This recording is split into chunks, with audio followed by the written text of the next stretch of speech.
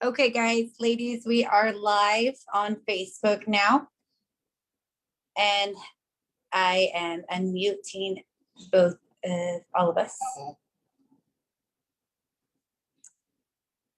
Okay, so the viewers, we're live on the Voices of Strength page right now. We have a few people already on. Hello to you guys. I am going to quickly share this. We have the family of Augustine Morales with us today.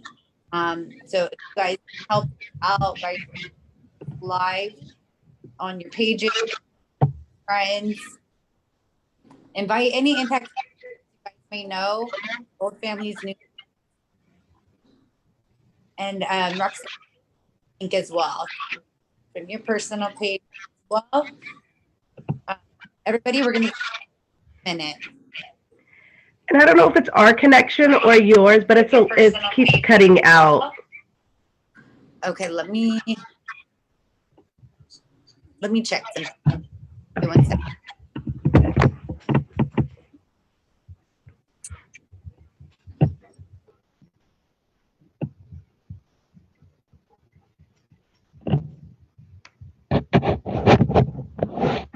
That's gonna mess it up.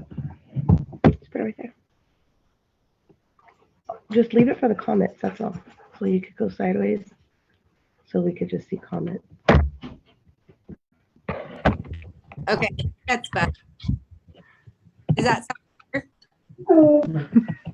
It's kind of the same. It might be our connection. I'm not sure. Okay, let's. No, I'm going to put some comments. Okay, what about that? Yeah, that's better. Okay, I think I just had to mess with the volume a little bit. Good? Okay. So on the Voice of Strength page, again, we are live. Is it still echoing? No. No. Are you hearing an echo?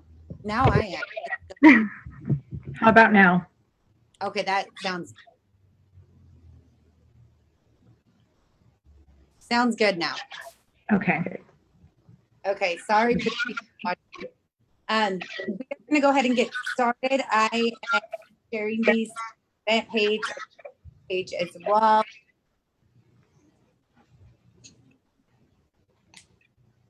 Okay, so I'm gonna introduce. I'll be on video in just a moment. I'm just handling up my newborn here, and I'll be on with you guys. But for anybody who is not familiar with the show, this episode, Voices of Strength series, we highlight homicide victim every week. Sometimes we do two, and we highlight their death and their life, and we let their families come on and share the stories behind their deaths. And a lot of times when people are killed by police, actually not a lot of times, every time when people are killed by police, it's just followed by that false narrative, and it's full of lies. It's never the truth, even if the police know the truth and officials know the truth. They protect themselves immediately. So they release false narratives on the victims, and we let the families come on and share their truths. So this week we have the family of Augustine Morales. He was killed by Sacramento Police Department. This is very fresh, guys. This is a newly impacted family. It just happened about 6 months ago. Ladies, if you can go ahead and just briefly introduce yourselves and your loved one. I am Roxanne Morales, Augustine Morales' mother. And I'm Marisa Morales, Augustine's sister. Thank you, ladies. Thank you for being here out of Sacramento, California. Everybody, we've hit different cities, different states. So now we are talking about Sacramento, California, Sacramento PD. They are not. It's not new to hear of Sacramento police being involved in homicide people. So,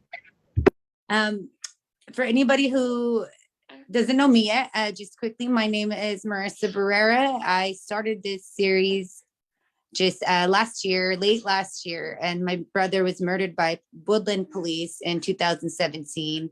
And I began doing this and helping other families share their stories because the media is not on our side. Sometimes community is not on our side, and we don't really have any help. So us being able to share our stories all on one platform, I'm committed to doing this throughout year 2021. So, I mean, we still have a lot of weeks to go. Truly, the victims and the week, if I do a victim a week, we could go on with this show for years and years. So there are so many victims in the United States, over 1,200 people being killed by police regularly over the last many years. And it's just been happening. So let's go ahead and let's get started. Let's start sharing, of course, about your loved one. That's where we're going to start. We always start because we don't see that. So tell us, and while we are speaking, we are going to be sharing a video with some photos provided by the family and just a whole bunch. Get to see those playing out, and we're going to let the ladies share about their loved one. Whoever would like to start, go ahead. I'll start. First, let me just say thank you, Marissa, so much for having this platform. Like you said, like with the media, one of my frustrations with them is they never follow up, once the truth is revealed. And so I'm glad that we have this opportunity to actually share the truth and, who he was, right? Like humanizing him. So thank you for that. And all of these other families that we've watched, it's just like, it hurts my heart, but I'm so glad that we get to watch your show and get to know who they are, not just who the media is portraying them to be. So thank you so much. You're welcome. Thanks. So my brother, Augustine Morales, was killed November 14th, 2020 from Sacramento Police Department Sergeant Jeremiah Jarvis. He was 1 in 3 killings in a matter of a 6-week span. So it's just crazy. 10 days before my brother was killed, there was another guy, Michael Wright, who was killed by Sac PD. And then about 3 to 4 weeks after my brother was killed, another person was murdered by Sacramento Police Department. So it's, like I said, it's nothing new. It happens way too often. Anyway, so with my brother, he was at an event. And as ironic as it may be, it was actually guns down, gloves up. And it was a community event that was, there was a lot of things going on inside of the event. My brother was intoxicated. He ended up being asked to leave. So when he left, he went into another building. And when he went into that other building, you could clearly see people starting to run out of the building he was already, out of where the boxing event was taking place. People start running out. And from what we've heard is that people were shouting, somebody has a gun. So when my brother is coming back from another building, that he went in, he comes out, and next thing you know, you do see him roaming in the parking lot with a gun. We don't know if that's his gun or not, or if somebody gave it to him. We do know that he's a registered gun owner, but, we're not sure, again, if that was his or not, because, we don't know if he's a CCW and whatnot. And, the police won't reveal that information to us yet.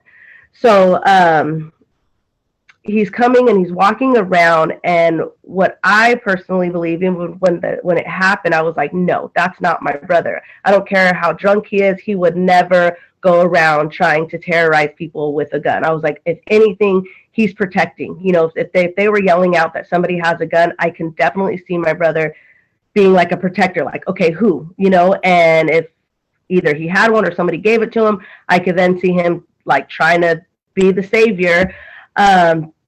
But he's walking around, and you could see that in the news media.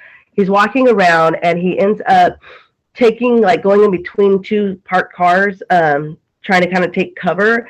And the officer comes running from behind him and just starts lighting him up. Emptied his whole magazine, 13 rounds. At least 5 hit him from what I could tell from the body cam. We haven't got the autopsy, so we're not sure exactly how many, but at least 5. And the reason the officer, he starts running and he starts shooting is because he hears gunshots coming from the building. Well, my brother wasn't even inside the building. He was outside, but he hears gunshots and he sees my brother and just starts shooting him. And of course, my brother goes down to the floor. You could see in the body cam, when he comes, the officer comes and is flashing his light. His weapon was already on the floor. The magazine was unloaded.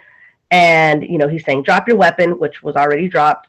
And all my brother just kept saying was, I didn't shoot nobody. I didn't shoot nobody. And so he never even shot his weapon, yet he was murdered for holding a weapon. And the officer never gave Augustine a chance to disarm himself. Augustine would be here today if that cop would have said, police, one word, and I know my son would have dropped his weapon. And so let me go back a little bit.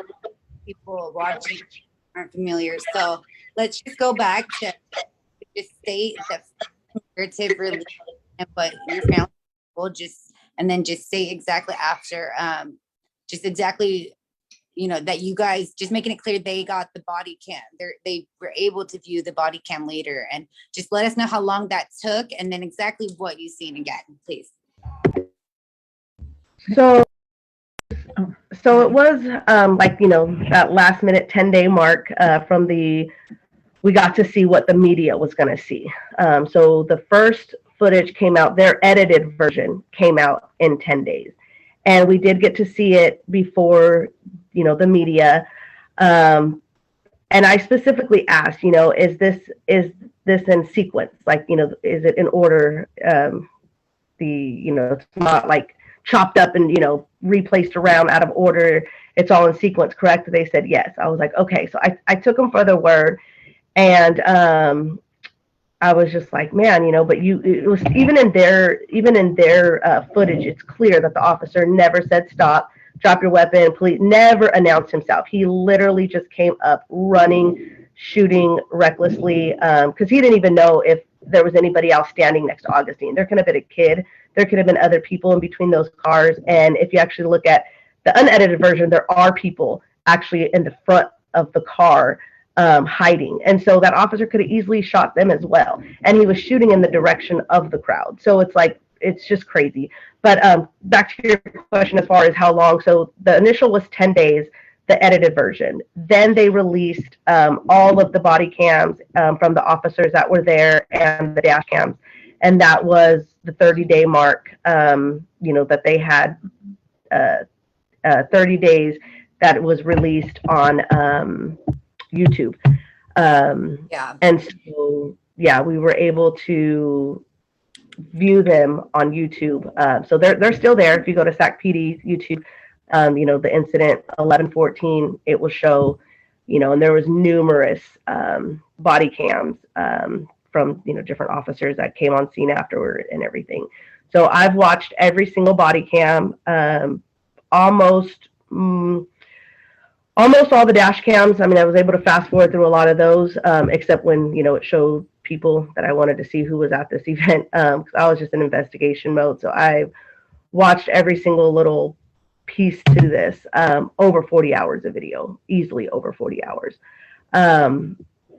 And so that's how I found the truth, was actually watching all of the body cams. Had I not watched the body cams, I would be probably believing the incident report that the police sent out and the video that was sent out. So with watching the body cams, it's clear that he did not announce himself. He was aware that there was another shooter. So it's really interesting because even after he's like, where's the other shooter? So it's like he knew there was another shooter, but he still fired on my brother. So it doesn't even make sense. But what the media portrayed is that the officer told him to drop his weapon multiple times, and he didn't. And then he slides his gun. However, so that's what we thought. We thought, oh yeah, okay, maybe the officer did tell him drop your weapon, and then he goes and he slides it. No, if you watch an edited version, like I said, right away his weapon was already on the floor, magazine unloaded, and when the officer is telling him to turn in his direction, because again he shot him in the back, so when the officer is telling him to face him, my brother is crawling, like on the floor, and he sees his gun. And so that's when he slides it to basically tell the officer, look, I'm not looking for trouble. You know what I mean? Like, here's my weapon. And he slides it to him. Well, that's what they're portraying as, that he didn't drop his weapon until that point, which was completely not true. And they just did so many things wrong. There was a lot of people, but there was a person walking over my brother's body, which was just like, what the heck? Like, how do you even let people like come near him? You know what I mean? Like, one, it's disrespectful to the person who did it. Second, it's, like what, officer? Like, you're just going to allow people to be walking right there? Like, it was crazy. Then, other officers start coming on scene. They did give him medical aid. That's honestly where I kind of feel that's where he bled out, because, they were trying to provide him aid, because before the officers got there, he was kind of sitting up, laying down. He kept moving himself around to, catch his breath, because the critical shot actually went through his trach, so through his neck, because I think when he was ducking down, because he has shots in his rear, in his butt and his back, and then there's the one in his trach and his neck. So that, I think, was the critical one that was making him, not be able to breathe. And when the officers came and they were, trying to do CPR and making him lay still, I think he just ended up like probably drowning in his own blood, honestly. Because you can tell, like, at first, he's making noises, like grunts, and then after a while there's no grunts, even as they're doing chest compression. So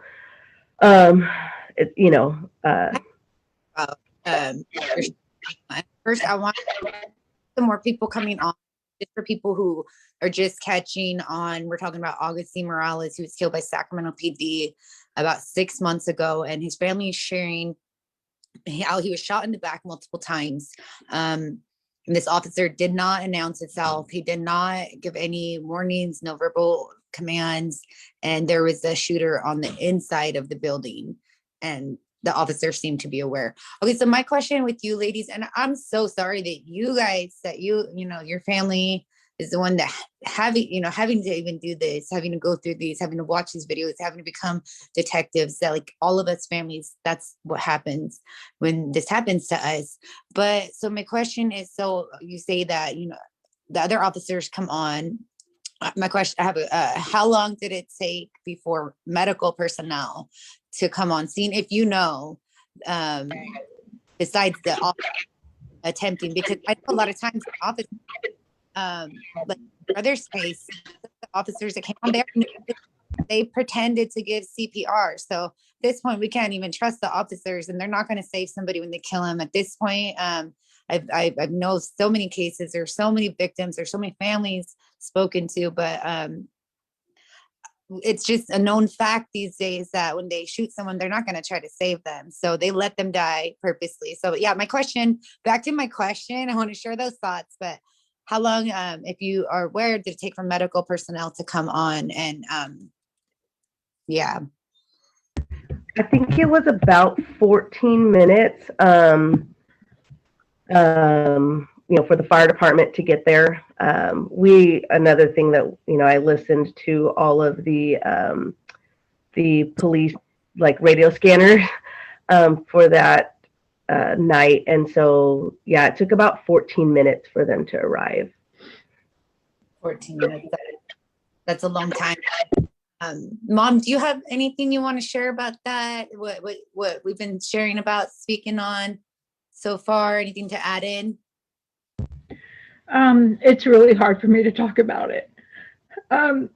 I watched the initial video when we went to the station before it was released. Marisa, however, went fully investigation mode as soon as we did receive a Flash drive. flash drive, the unedited flash drive of all of the body cam and the dash cams. And so No, we got the flash cam. That was only the edited version within that first 10 days. All of the body cam. I did not watch YouTube. any of it after that video. I didn't watch anything. I didn't look at anything else after that. I just couldn't. So it's really hard for me to even just think about it. And to know that my son's last words were, "I didn't just shoot anybody."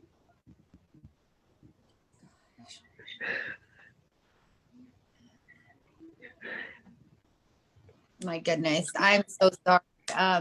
They have to stop. They have to stop shooting. It's so unconstitutional, and not only that, it's unhuman. You have to be evil to just go and run up on somebody and shoot them in the back without. And especially in that position, you are a civil servant. You are supposed to be protecting us, not killing us.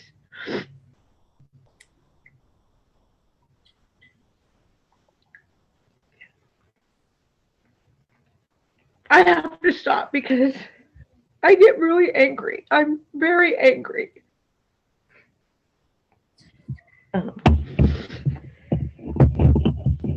Thank you. Really sorry. I won't let you a lot of conflict here. You'll see a lot of impacted families, and other people are starting to join these broadcasts and see like our insides of what we're really dealing with, because they don't see that shit. And so thank you for sharing. I know it's hard. I know it's hard every time, mom and sister. It's never easy. Sister, you jumped in just like me. And for me, it's like, okay, I didn't ever think about it twice. You just go. And it's still hard though, even though if we keep going, it's still hard. So just want to thank you ladies again for being here and sharing these things. I want to ask, and sister, you can answer this. How was it at the moment that you felt, that you realized like, wait, they just like played my family by lying about my brother in the media, by lying on my family, murdering my brother, basically. I mean, so again, for anybody hopping on, and mom, you did a public comment, and I thought that was so great. I came across that video and you explained it in good ways, but they literally crept behind your son and shot him in the back. Like, he didn't announce himself. Your son, how is he supposed to know there was even a cop there? Like, and no matter what anybody says, we're supposed to have our Second Amendment and the right to bear arms. And for them to just label your son this monster, because lots of people have guns, but just because your son had a gun, he wasn't pointing at anybody, he wasn't threatening, and he got crept up and shot in the back multiple times by this police. So sister, how did you feel once you realized, wait, they just played us and they're lying?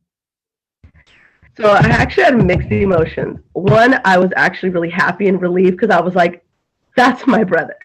I know my brother. And what I had found out, when all of this took place and we were hearing so many different stories and people saying different things, I was like, no, that's not my brother. You know what I mean? That's way out of character for him. So one, I was relieved to find the truth because I was like, now I know how he really died, and it was trying to protect. He wasn't shooting nobody. He wasn't bullying, because we thought like, oh, he was shooting. We were told that the officer told him to drop his weapon and he didn't, so that's why the officer shot. So initially, before seeing video, I imagined the officer, because they said, oh, he was pointing at the crowd. And so initially I thought, oh my God, this officer had to stand between my brother and this crowd and tell my brother to stop his weapon, and he didn't, so that's why the officer shot him, right? That's what I initially thought, but I still was like, that doesn't sound like my brother. That's so out of character. Like, my brother, I'm telling you, like, I'm the, like, more like, violent one, I guess you can say. I mean, I'm the only girl, with brothers. So my brother, though, growing up, he never, ever would fight. I mean, I would get rowdy. My older brother would get a little rowdy. But Augustine, never. He was always the bear, always the lovable. If there was anything going on, he would walk away. That was Augustine's thing. Always just walk away no matter what. If, drama started arising, he just hated drama and tension. So he would always walk away, even as a kid. And I'll just kind of share the story just to like be a testament to his character. Even when we were kids, we'd be outside playing, and my older brother actually swung a bat, like kind of like threw it, and because they were arguing, and Augustine walked away, and he was about 20 feet away from my older brother, and my brother throws the bat at Augustine, thinking he's not going to hit him. He's just mad, and so he goes and throws the bat. Well, it knocks Augustine in the back of the head and busted his head open where he's bleeding. And all Augustine did was look at my brother like disappointed and just literally turned around and kept walking. Didn't go back and run on my brother and try to fight him like I would have probably did that. I would have probably like, but Augustine just was always just like, didn't like, to fight and drama. So that's why when I first heard the night that, that it happened, and hearing the news, and I'm reading every single news article and everything, I was like, no, man, this doesn't sound like him at all. Something's wrong here. Like something's off, So I was trying to, we went back to the event the next day, try to talk to people that were there cleaning up. Hey, what happened? We were hearing stories from them, which ended up not adding up either. It was just so many different things that we were hearing, but either way, I knew that it didn't line up with my brother's character. So when I watched the unedited version and found the truth, like I said, I was a little bit relieved, because I was like, that's my brother. I knew what they were saying at first was not true. So I was happy to know that, like, my brother, like, he went out the way that I knew him to be. But then I was also very upset and mad, because I was like, why? They have the video. Why are they not telling the truth? You know what I mean? Like, they have the truth. Like, why are they not sharing the truth? So obviously I was frustrated. I personally wasn't so mad at the media, because I know that the media is only going to say what is being reported to them. But they could do investigation. But where I do hold the media accountable is the follow-up, right? So, like, why didn't they follow up? They always try to get that initial story when you don't even have the facts, right? They try to, be the first on the scene, and which is great and all, but it's like, where's the follow-up? Like, why do I have to sit here on Marissa's show, to tell the truth, which thank God you're here. But it's like, why can't the media also be with these families sitting down saying, okay, now we have the whole story. Now let's hear it, and that's where I hold the media accountable. You know what I mean? For not following up with the truth. They need to go back to journalism and investigation, right? And they don't. So that's one thing that, I was upset. Like I said, I went and I read the police incident report as well. And I went and highlighted all the like faults that I found, that I was like, no, that's not true. Cause this, according to the video and this, minute and second, this is actually what took place. So it was just, a mixed emotion, really. But like I said, for me, it was more like I was glad to know the truth and know that my brother wasn't out there, pointing a gun at a crowd and the officer telling him to drop his weapon and he did it. Not the truth at all. So, yeah. And so I want to interject here. When I saw the video after hearing the narrative that was spoken on the news that night, I went straight to Facebook, and my post was, it's official. My son was killed by Sac PD. And that's the way I still feel today. There's no justification. Sac PD needs to hold the officer, the civil servant, accountable for murder, because that's what it is. Simple, plain murder. It's murder. Any way you look at it, it does. I don't care in what eyes you're looking at. It is murder. And the DA needs to step up, because body cam does not lie. And it goes the same with all these other families. I unfortunately watched Shane Sutherland and was devastated because he was not under arrest. He was not given his Miranda. He had every right to walk away from those officers at any time. At any time. They were bullying him. And it just has to stop. This has to end. We have to end this, and everyone that has been impacted by this needs to come together. It's not about black. It's not about white. It's not about brown. It's not about yellow, Asians, whatever you want to call it. I'm half Japanese. It's not about that. It's about humans. It's about lives. It's about the impact of leaving these families behind. I don't know if you showed the photo yet, Marisa, but there are 2 family photos in there with Augustine, and you will see he is the man, he is the head of the family, and they stole that from us. They stole that from his children. He has a grown daughter, and I know a lot of the pictures, people might think that that's his wife. That's not his wife. His daughter is in there. You see a photo. It's kind of hard to differentiate them, but his daughter is that's his daughter, and that she's pregnant with his first granddaughter. No, second granddaughter. Is that the second granddaughter? That was Marley. I'm glad you remember. So he left behind 3 granddaughters. I'm going to play through these for the viewers as well.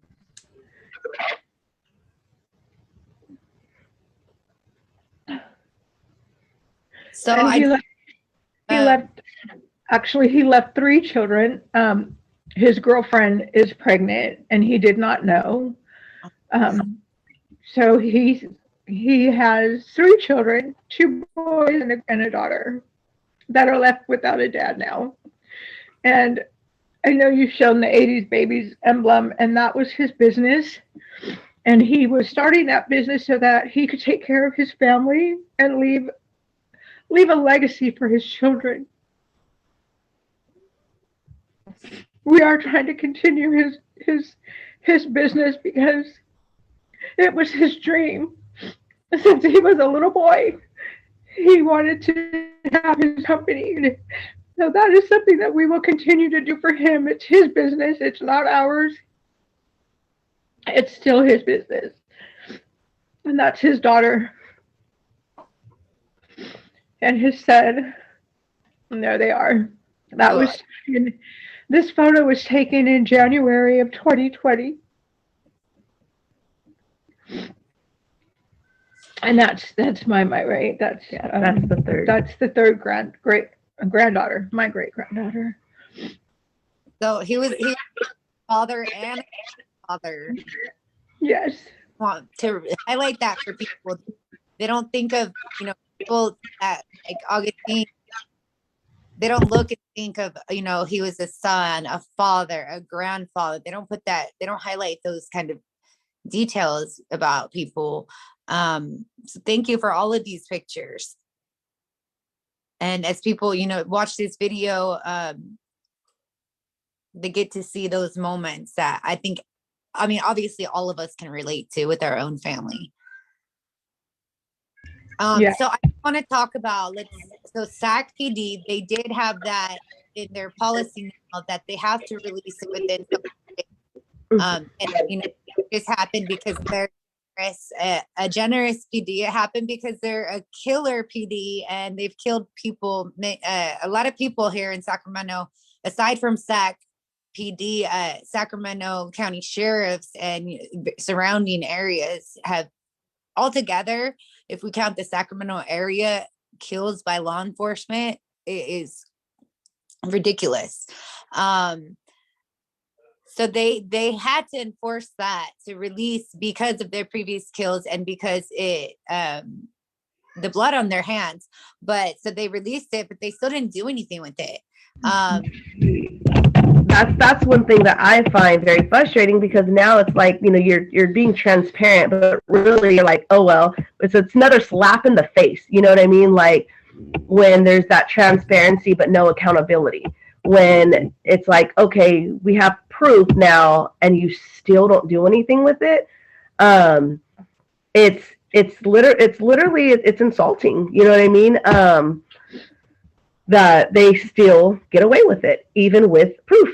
And that's why it needs to stop. And that's like, for me, it was just like, why? You know, I'm not necessarily looking for police reform, like, oh, let's get rid of the chokehold and let's get rid of this. Because honestly, it doesn't do nothing. Because they still go around killing, they shoot, they find other creative ways to kill us, right? So having all these policies that get rid of these things, they're just surfacing, you know what I mean? They're not getting to the root issue. And so for me, it's like there's already a policy in place, which is our constitutional rights that say that they cannot deprive anybody of life, liberty, or property without due process. And every single one of our family members have not been given due process. So there's already a policy in place. It's our Constitution. The only policies that need to be written is policies on their punishment. What happens when they don't follow the Constitution rights, right? Our constitutional rights. Now let's get to some policies of that. Let's get to punishment policies, not policies that are just like still allowing them to get away with it. And then I've been reading so many policies, and they get away with all this language, this verbiage that basically excuses them, you know, and they can continue doing it. And that's wrong. It's completely wrong. You know, we think we're doing all these great things with all these policies, which, don't get me wrong, like, I'm not against these policies, but the way they word them, they still allow these officers to get away with it, because they say if the officer reasonably believes or reasonably, you know, this, then they can do it based on the evidence that they have at the moment. Well, you're obviously, when you're coming on a scene and you haven't even been on the scene for more than 20 seconds, 10 seconds, you don't have any evidence. So what are you doing killing people? You know what I mean? Like, that's where I get frustrated, because it's like they get away with it by saying, you know, based on the evidence that they had at the time, you know, did they do the right thing? Or they're split second thinking. Yeah. Oh, I have to move in a split second. They have to make these fast decisions, but all of us do. You know what I mean? Like, I can't go walking down the street and see this big old, you know, 6-foot dude coming at me, and if he starts reaching in his pocket, I can't assume that he has a gun or that he's going to kidnap me or something, right? And I can't go shoot him and say I was afraid, because I'll be in jail, right? Like, I can't say, oh, I thought he had a gun, but it was a cell phone. Like, I would be in jail. And yet these officers get away with it, you know, and they're supposed to be the experts, right? They're supposed to be the professionals, and they're the ones that are actually, you know, killing us. And so my mom kind of posted, because I was like, I can't go around killing people because I fear, you know, what they may do. And so I am thankful to those brave and courageous police that do the right thing, because there are a few, you know, there are those ones out there. But to the ones that are going around killing us, I say, if you fear, get a new career. Because you best to believe, if I had a career that I was afraid of, that I didn't want to do anymore, I would leave. So if you're afraid of the community that you're supposed to be protecting and serving, if you're afraid of them, if you fear them, then you need to get a new career. You don't belong there. And that's my new motto to police officers. Thank you to the brave and courageous ones, but to the ones that fear, get a new career. Like, legit. Because we can't go around, you know what I mean, like, in our own communities and go around shooting people just because we fear what they might do, you know? Yeah. I can't go doing, sex, registered sex offenders in fear that they might come after my daughter or something, right? Like, we can't go around doing that. So why do they get to go around, killing us just because they think that we're going to do something? Yeah, and so yesterday somebody was sharing about how a woman that they know has experienced domestic violence, like stalking, the ex being all crazy and stuff, and they can't do nothing. They've tried to get help. They've tried the different avenues, restraining orders, police can't do nothing until they do something to her, even. And then that goes back to how our justice system is so flawed, because we have women in prison for killing their rapists or abusers or traffickers, but the cops would go kill us because they thought something. So, and I do want to touch on something you said as well. Actually, hold on one second. Just got to check something real quick. I'm getting some notifications about something going on in the comments. 1 second.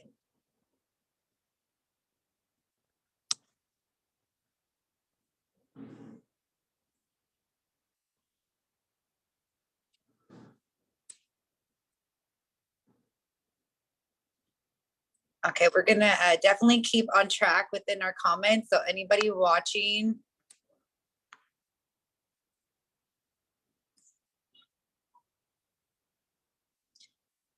thank you guys for updating me on that. Okay, so I was just going to say during the little minute there that we had of silence that I just wanted to thank everybody for supporting us. When it happened, you are alone. Every mother knows that, and every sister or brother, anybody that's impacted, knows at the moment that it happened, you are alone. And I had my granddaughter with me when the officers told us it was my son. We waited outside UC Davis from 10 o'clock until like 5 o'clock in the morning, and they just wouldn't tell us if it was him or not. I knew in my heart it was, because we couldn't get a hold of him. But my granddaughter was there with me. But when they tell you that your son is no longer with us, you're alone. In that moment, you're alone.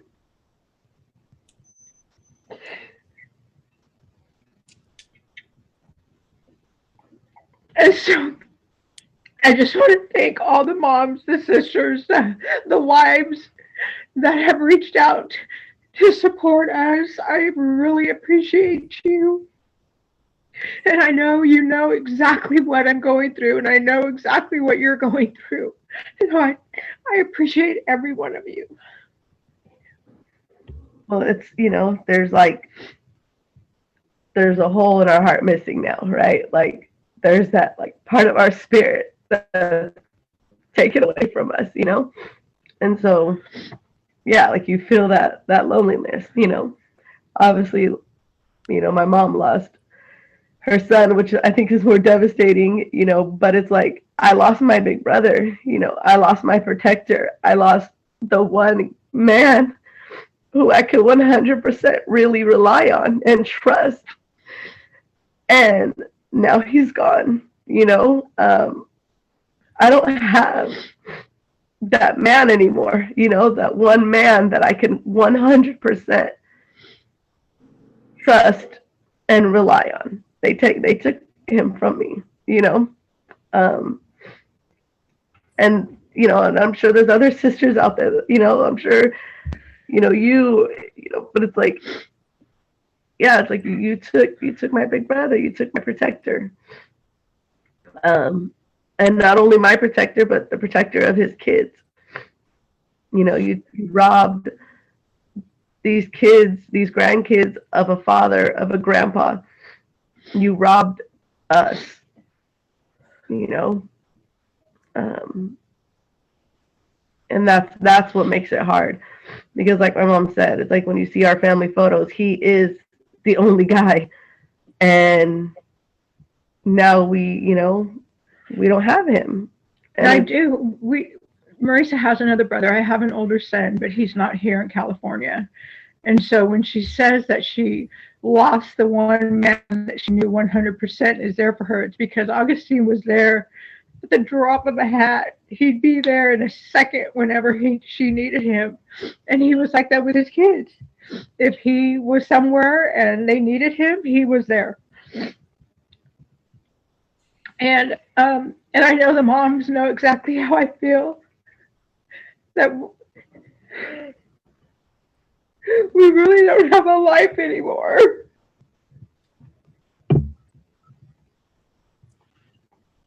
When you lose a baby, your life is just, it's not the same. And I feel that the only reason I am alive right now and breathing is for him. I'm doing it for him. I know I have other kids and I know they need me, but I'm alive and I'm breathing for my son and I'm living for him because he can.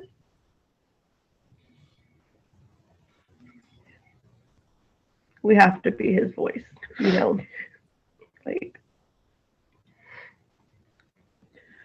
and just the impact, you know, it's not only us, like I said, it's his kids, and then the other ones we don't think about are like, you know, I have a daughter who is really close, you know, with him too, and she doesn't get to go stay the night really at people's houses, you know, but with my brother, she could. And now she doesn't have that. And not only the impact of not having her uncle here, she's also impacted because, you know, the time that we could be spending together, I'm not there anymore because now doing this, you know, I mean, she's very much involved too. I try to keep her, you know, helping us and active too, but it's like they suffer too, you know. These kids are kind of sitting on the side because they don't have the voice like we do, the adults, and they're, you know, kind of in the shadows, but they're hurting too, you know, like, and I'm sure every family that has kids around kind of knows and can see, like, yeah, these kids are kind of on the sidelines, you know, but they're impacted and they hurt. I know my daughter, you know, she's like me. We don't like to cry a whole lot, but I know she cries at night, you know, she cries herself to sleep. You know, when I first told her, you know, that my brother was killed, she screamed. I mean, just literally screamed off the top of her lungs, like a screech. And, you know, I just held her and she said, you know, what happened? And I told her, you know, it was the police. And she just immediately, you know, I hate the police, you know, I hate them. And I had to give her some reasoning, and I was like, no, don't, let's not go down that rabbit hole, only because, you know, let's say we get robbed, something happens, who are we going to call, right? So we kind of had to have this conversation, but that was her initial, you know, just reaction was, you know, I hate them. Why are they going around killing us? Why are they going around killing people? And I didn't have an answer for her, you know. I just knew, you know, I don't want her to get hateful. I don't want to get, you know, hateful. But it's very hard, you know, when we're all sitting here and we're all impacted. I don't know, Mom, if you want to share. I know we're kind of coming to close. I was going to say that night, but just, you know, the night that it happened and how you found out, and I don't know if you want to share that or not. Well, you mean Cecily calling? Mm-hmm. So my granddaughter called me that night and she said, I don't want to worry you, she said, but we can't find Augustine. And a couple of his friends said that at the event there was a shooting. And I said, what do you mean you can't find Augustine? And she said, he's not answering his phone and nobody knows where he's at. He's like, you know, people were running and we don't know if he ran or, you know, if it was him. And I said, I'm coming right now. And hung up and went directly over there and met my granddaughter and Augustine's girlfriend and his son. they had everything, blocked off. The tape was up. And I said, I just need to know if it's my son. And they wouldn't tell me anything. They wouldn't let me in. So I'm not the type of person to just go, okay, and walk away. So we went around the building to where the next street over, and we cut through bushes, we jumped fences, and I was like, the only way we're going to get over there and see if my son is laid out on that ground is if we get on and not get caught. I said, is if we go up on a building and look down. And so one of the kids that was with us, he was getting ready to go up on the roof. And one of the other girls that was sitting in the car with the kids, she said, I just saw an ambulance go by. So, of course, we all jump in the car and we follow the ambulance to UCD. Well, it wasn't Augustine because he had already been, removed. And so we were at UC Davis that entire time, like I mentioned earlier. A social worker did come out, and she couldn't say anything, but I was looking in her eyes, and she basically confirmed with her eyes that it was my son. But I was still praying and just asking God, please,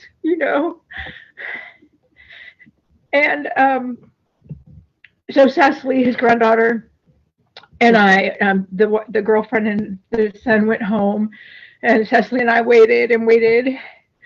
And then we finally got a call telling us that they would be there, in a little while to talk to us. So that I knew it was a confirmation without actually being told that it was my son. And so when they came up to the car and they announced who they were and confirmed that it was Augustine, Cecily fell out. I mean, she just went straight to the ground and was just crying a cry that I've never heard before. And for some reason, I didn't want to give the cops the satisfaction to see my pain that they had caused me. And so I just took the business card that they gave me and went to my granddaughter. And yeah, I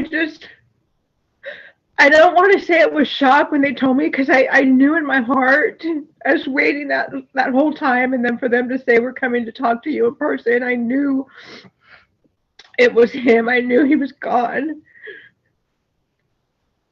But I didn't want to give the cop the satisfaction, or the cops, there was 3 of them. I did not want to give them the satisfaction of my pain.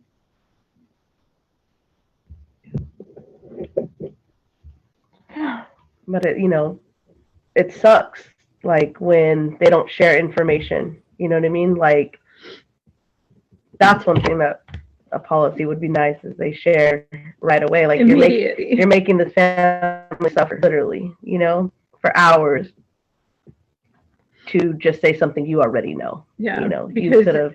I think it happened at about like 8:15, and so they knew. Yeah. They knew when I drove up there. They knew already. Yeah. When I went to the hospital, the social worker, she already knew. They all knew. What was the total time from when you approached them to when you finally found out? Clear for the audience. I would say probably 9 hours. Oh, from the initial time of me getting there, and then waiting all night until the next morning to get the actual confirmation. Yeah. And it wasn't like, oh, okay, we're waiting at home for the phone call overnight. No, she was at the hospital. I stayed. Didn't leave. You know what I mean? Like, waiting and waiting and waiting. And my granddaughter, actually, she might get mad at me for saying this, but she faked that she was like getting ill from waiting, and so she got herself admitted into the hospital so she could go and try and find her daddy. My goodness.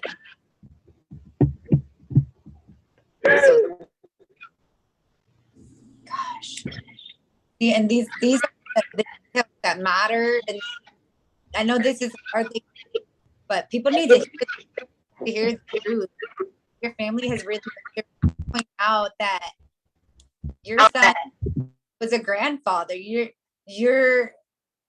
should be treated like, even if he was a suspect, even if he did commit a crime, you're a woman, like you're a grandmother, a great grandmother, should be treated with some damn respect. They can't even do that. So to me, it happened to us 4 years ago. I've seen so freaking much, so many families. And to me, I was like you in the beginning, sister. I was like, okay, but there's still some good ones. Now everything's changed now. I don't feel like that. I know that not all cops go out there with the intent to hurt people, the intent to kill people. I don't believe that. There are some, and then there are the abusive and psychopath ones. As far as like, okay, we got the good ones. I know that there will be some doing good things, but at the end of the day, everybody knows what's going on. Nobody's stopping it. Personally, what about the good cops who help cover it up? I just am to the point where it's like seeing this happen to you, think about the cops, and you said the social worker, all these people that were involved that did that to you. Like, who the hell would do that? I couldn't morally like do that to somebody. I would lose my job. I'll leave it, and Exactly. it gets me to the point where it's like, okay, well, if I even see a cop, my son was 4 when this happened. I can relate on, that was his uncle. My son, I was a single mom with that son, my oldest. That was his closest man, everything. He was 4. And before, we didn't have these kind of like big issues with cops. I had individual issues with cops personally over in my life, but now my son hates the cops. He's 9 now. He understands. He's seen what we went through. He's seen, we're going through our depositions barely now, 4 years later, we barely got some physical evidence of the video and more of the truth 3 years later. So to me, all those officers, all of them who have worked on my brother's case, and that goes to the investigating agencies, the DAs, all of these people, it really comes into a big ass community of people that help cover up the murder of our loved ones. And at this point, I'm like, I hate them all. Like, how could you guys be that malicious as well to participate? Because murder is, at this point too, like, thank you for pointing out things like the Constitution or, amendments and stuff, the Second Amendment with your son's case specifically. But at this point, like, people, it's more than not telling you guys, but for people watching, it's more than just police brutality and police killing people. It's literally crimes against humanity and murders, and then everything, the US government on top of it, they're the ones that are allowing it. So I try to always point out, like, hey, this is not just the police in our individual cases, but it's the whole damn government. Because at this point, everybody knows it's happening and is allowing it. And then the burden is left on us women because they're taking our men. Well, my ultimate goal is to actually take all this to like the Supreme Court, because it's literally so many constitutional rights are being, deprived. It's not just one, it's multiple. And so to me, it's like, it's time for the Supreme Court to get involved. These states and these, because, the police are their local jurisdiction, right? Like, city is police, county sheriff, CHP, like for us, right, is state. And then every city, county, state has their own way of doing things. And this is where it's wrong, because as a nation, we're one, right? Like, and when they're taking our lives, it's like, because I was doing all kinds of investigating too, with just numbers and stats, and there's not one state in the United States that has not been affected by police killings. Not one. And I'm talking only from the last 6 years. Just in the last 6 years, there's not one state that hasn't been affected.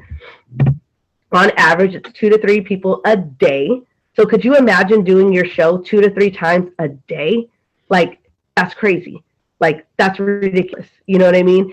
And last year, 2020, was the most so far in the last 6 years, with 1,021 killings. How do you have even more when most everybody is locked up in their houses? Like, it's crazy. Like, doesn't even make sense, So So it's not like they're getting any, it's not getting any better, even with police cams, even with all these policies that are being written. You know what I mean? Like, it's not getting better. And it's going to continue to happen until they just literally put a stop and say no more killing unless you're ready to go before a jury, just like every other citizen in the dang United States, you know? And so it's really disgusting. It really, really is. It's evil. It's evil. And this is why, you know, our founding fathers wrote the Constitution, is because they knew government, you know, tyranny. They knew that they, you know, there's always people try to suppress other, you know, groups. And this is why it was written. You know what I mean? Is because against government, literally. You know, if you read our Declaration of Independence, the whole reason why they declared our independence was to get away from a tyranny government, and literally said, you know, if a government is depriving people of life, liberty, and happiness, you know, then you have the right to either abolish that government or form a new one, you know, alter it or abolish it. And it's like right now, it doesn't even need to be altered. It just needs to be upheld.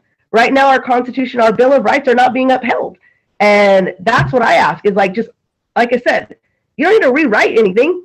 Just uphold the Constitution, the Bill of Rights that are already in place for us, you know. Otherwise, you are going to get people who are going to abolish and, you know, potentially start a freaking other civil war, because that's how crazy this is getting, you know. Yeah, and Marissa, like you said, your son, you know, doesn't like police. Augustine's great granddaughter, the youngest one, to this day, she still says that she hates them, and when she sees them on the street, she does not like them. And the generations that are impacted because of what they're doing today, it's scary, because what are they creating?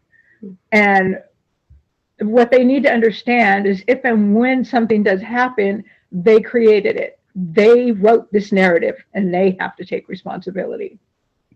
And I think they want to blame it on the people, like that were just people that are mad because they got killed by police. When people aren't familiar, they think about killed by police. Well, what'd your loved one do? And so with my brother, it's my son. He has a 14-year-old daughter now. She was 10 when it happened. I have two sons who didn't get to meet him. They'll know of him, you know, they'll know of the killed by police, because this is what we do now.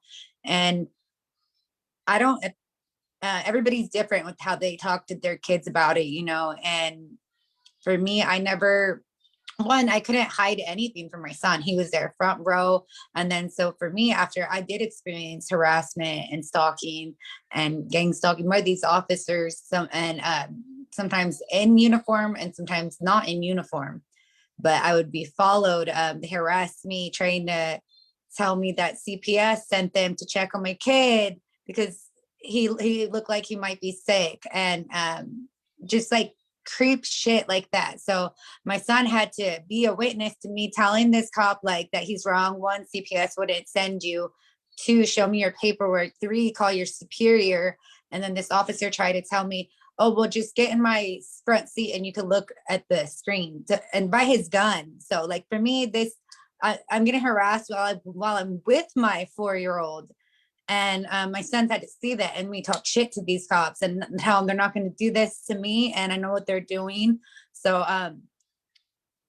sorry for quickly sharing a short story. So to sum it up, that I couldn't hide it from him, so I don't lie about it anymore. And now that he's older, he's had his own opinions formed. With that being said, I do have 3 sons. You know, having 3 kids growing up, especially men, it does happen to women, but it's scary. It's scary, and it doesn't matter at this point. It shouldn't. Any race should be worried. Because how often the men are being killed, and my son, they're always just like something you said about your brother earlier. How you're more like the hothead, the quick to pop off. Like I related to you so much on that, and my brother was more of like, he knows we can't fight or we can't do this because we're going to go to jail. I don't want to go to jail, you know, don't want to get in that kind of trouble. And especially my brother knew when it came to the police that you can't fight with the police. You can't even anything. You just got to go hands up, like, or else they'll shoot you. And those are his words to me before. So knowing your loved one, just back to that part too, like knowing they wouldn't do what the narrative said. I just really want to highlight that. I think a lot of these families are saying everything you guys are saying. They're relating, they're sharing their experiences, they're uplifting you ladies, and just as a new family. So this is something I want to share with you and new families, because there are some other ones here. It's so hard, and it's going to go by like this, because next thing you know, you're still going to be here, and then you're going to end up seeing, we'll all be getting a little older, but you'll see more and more and new families. So Sad thing. This is the one group I told my mom, I said, this is the one group I don't want to grow. This is the family I don't want to grow. I would have never met you. You know, it shouldn't be. Right? Because we wouldn't be here because of our losses. Right. And I try to tell people that you think this doesn't impact you, but it will. One day it will, because I didn't think it would ever impact me. And here I am. You just don't know. If we continue to let the civil servants get away with killing us, it's going to impact every single human on this earth in one way or another. It might not be your child. It might not be your dad. It could be your cousin. It could be your uncle. In one way or another, it's going to impact you. And I don't care what nationality you are. I don't care. Yeah, that's true. Think about my short time here. I think 4 years is kind of significant for my age and, just being around this for so long. But when I think about other families, there's some that have been here for a lot longer. But just my 4 years in my head right now, as you're saying that, I'm thinking of a handful of different people that I know afterwards that I knew before that lost somebody, or knew somebody that lost somebody that was killed by police. And they're different races too. And that's just personally knowing these people. So it will impact everybody, whether it's them directly or they know somebody, or it hits their hometown, or just everybody. So absolutely everybody should be worried about this and doing something. And just since you guys are so fresh, you're still waiting for the DA's findings, right? None of that has been released yet. Daryl Richards, killed by Sac PD, friends with his mom, Christine Bain. I'm going to get her on here soon too. I think it took almost 2 years for them to release the DA's findings. So there's never an answer.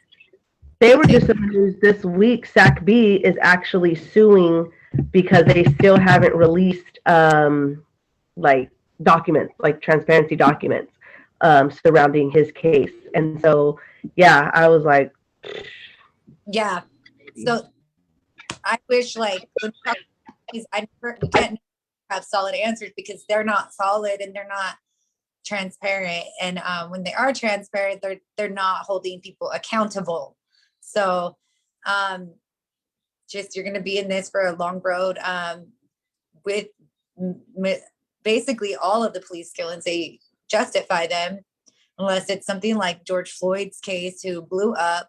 So I always try to share certain details like that with new families. It's hard to tell new families that aren't familiar with this, like, hey, like, what they're going to justify it, because we're not saying, hey, that's a justifiable one. We're saying, like, hey, they always justify it. So we don't want families to get hopes up and, like, that your loved one's killing was not okay.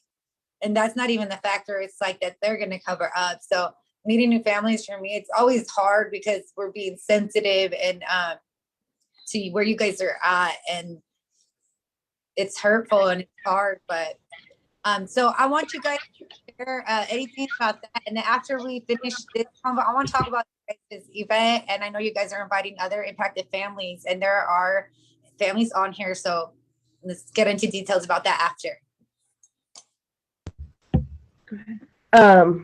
For the event, so it's going to be Augustine's birthday, which is Friday, May 14th, from 3 to 6. We definitely want other families to come out, share their stories, because this is not just about Augustine. Like, this is literally a cry for humanity, you know. But we also want to honor his life and his legacy. And, you know, it's going to be a family friendly event. We'll have some activities for the kids. We plan on after every family speaks, we'll do a individual balloon release, you know, say their name and let the balloons go up so that everybody kind of has that moment just to honor their loved one and take that time, you know, to recognize them. And then once all the families are done sharing, we want to march around the Capitol. It is a whole mile. So, you know, wear some comfy shoes. There is a halfway point, you know, for those that can't walk the whole mile, they can do a half, or if they can't walk it all, they are more than happy just to stay back. You know, it's not something they have to do, but we will be marching around the Capitol, and then come back and end with, you know, the family activities and stuff. We will be making, you know, we don't have a lot of money, so we're just doing everything grassroots, you know, making a lot of signs, making our own banners, you know.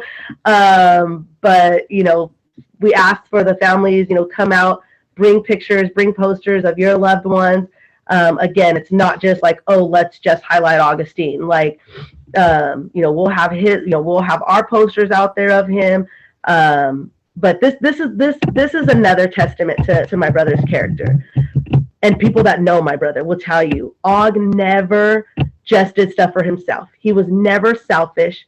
He always did things to help everybody up. If he was coming up and you knew him, you were coming up with him, or he'll connect you to people. You know what I mean? That was just how he was. If he was going to go to, you know, some event, invited him somewhere to go do something, and, you know, he had some friends, he would bring them with him. You know what I mean? That's just how he is. And so I feel like even in this, it's still a way to honor who he was, because that's what he would do. He would say, don't make it just about me. You know what I mean? This is about everybody, you know. It's bigger than him.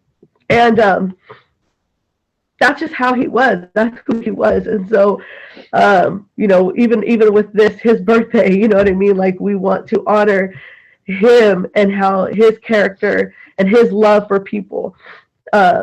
And can I just say something? Because Augustine did an annual give back during Christmas, and he would hit his neighborhood, of course, which was Del Paso Heights. And then he included a couple of his friends' neighborhoods as well, which was CV Circle and Woodbine. And so that's still going on. We did that in 2020, even though he wasn't with us. We did it to honor him, and we will continue to honor him.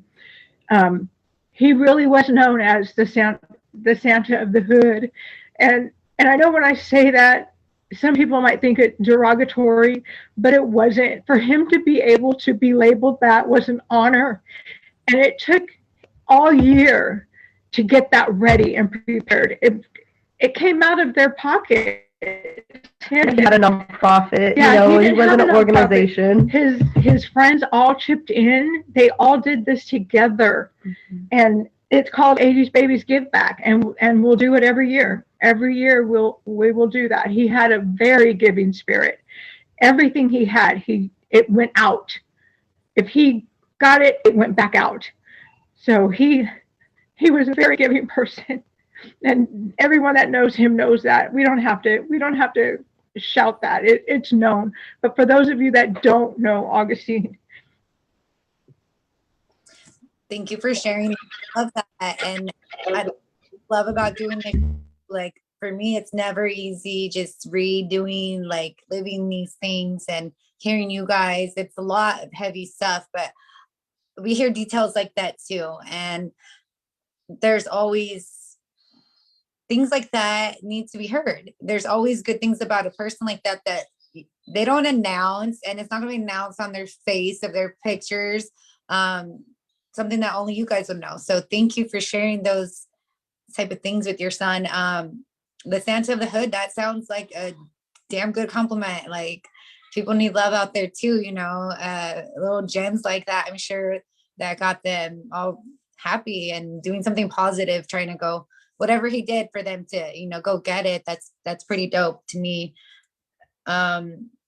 And for the rally, yeah, so just again, that's on the 14th. It's, what was it, 3 to 6:30? 3 to 6:30. We'll be there at 2 to start setting up. So if families can come a little earlier, just so we can get your names and all of that. So we can write them on a balloon and stuff. But yeah, so 3. Oh, and then the following day, the 15th, that Saturday, we're going to meet at Cesar Chavez Park at 9:30, and we're going to do a cleanup. Because another thing, we love our city. We love, what I mean? And Augustine loved his city, and we, instead of destroying our city, we want to do something a little bit different and do a neighborhood cleanup. So we figured Cesar Chavez Park. And then once we finish with that, we'll probably, go down some of the other streets. But about like 6 months ago, I was downtown, and it just looked horrible, downtown Sacramento. They have cleaned it up. I run out there last week. We went to kind of go see what it looked like, and they've cleaned up a lot. But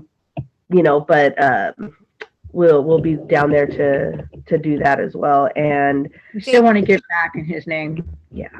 What day was that again?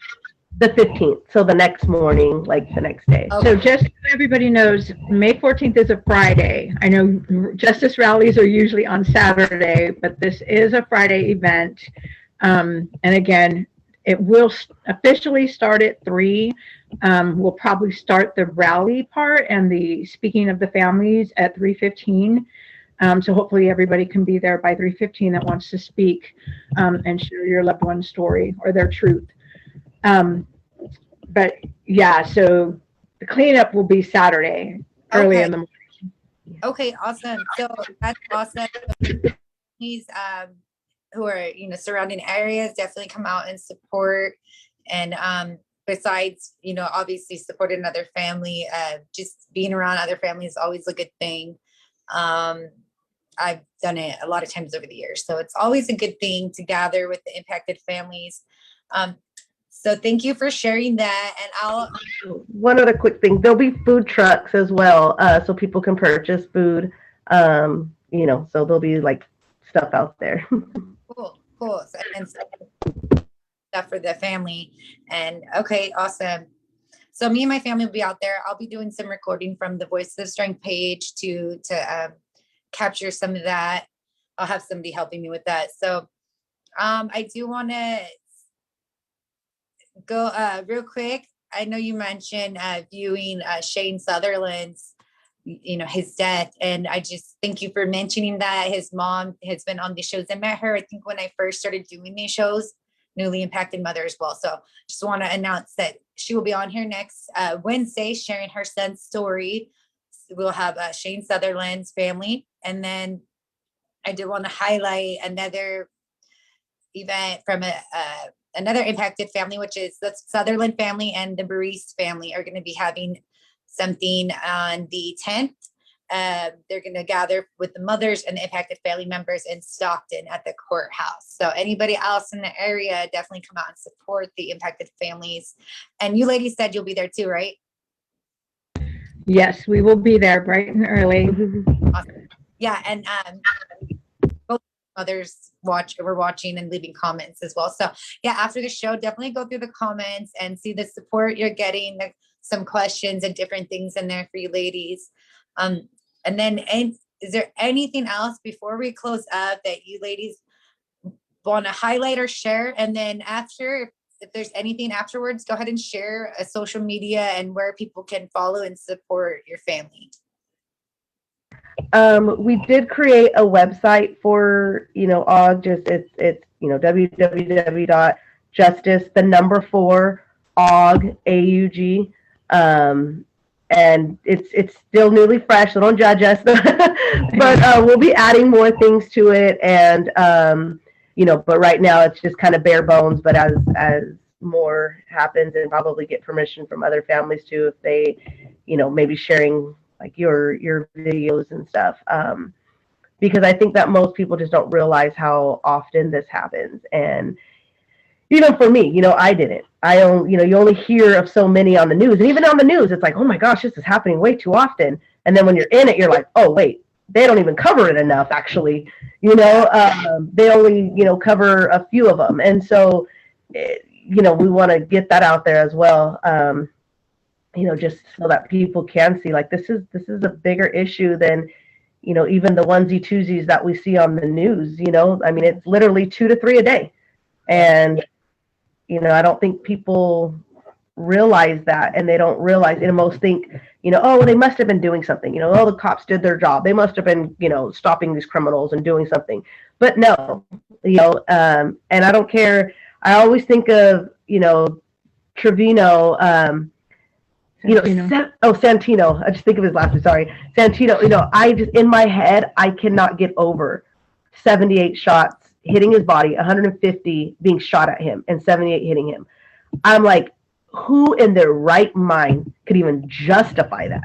Like, it makes no sense. And this is the things we don't hear on the news, right? We only hear the bad narrative, but they never follow up and say, oh, wait a minute, he didn't have a gun. Oh, and by the way, the cops actually shot 150 times in an apartment complex where there's others, innocent people nearby, and 78 hit this innocent man. You know what I mean? Like, it's just like, who in their right mind can justify that? It blows my mind. You know what I mean? And these are the stories we don't hear about.